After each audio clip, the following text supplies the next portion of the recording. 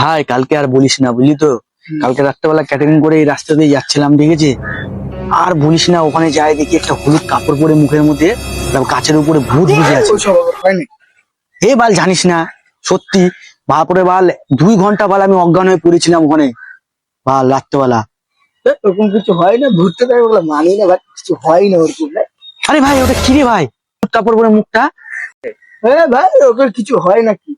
চল দেখে আসি। না না আমি যাবো না ভাই, তুই গেলে তুই যা। কেউ ভয় পায় মানে দেখ, কেউ ভয় পায় নাকি এত?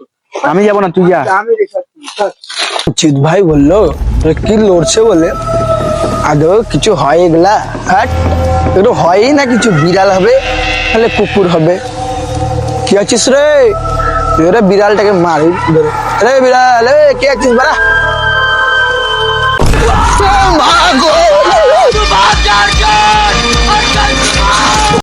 मेरा मुंह का निकल गई, मेरी जबान टूट गई यार।